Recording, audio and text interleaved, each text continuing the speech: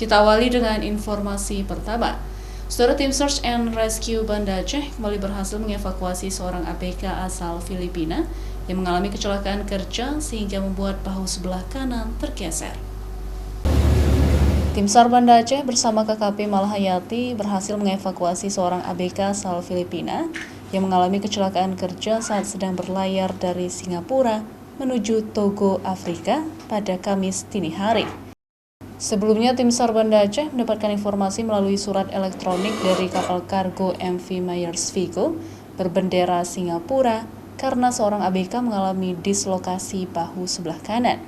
Tim SAR gabungan telah berhasil mengevakuasi satu korban ABK MV Myers Vigo yang mengalami dislokasi bahu sebelah kanan setelah mengalami kecelakaan kerja di kamar mesin. Adapun kapal MV Myers Vigo berlayar dari Singapura menuju Togo.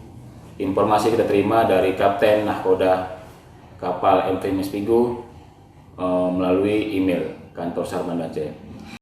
Tim langsung bergerak menuju lokasi dan berhasil mengevakuasi ABK.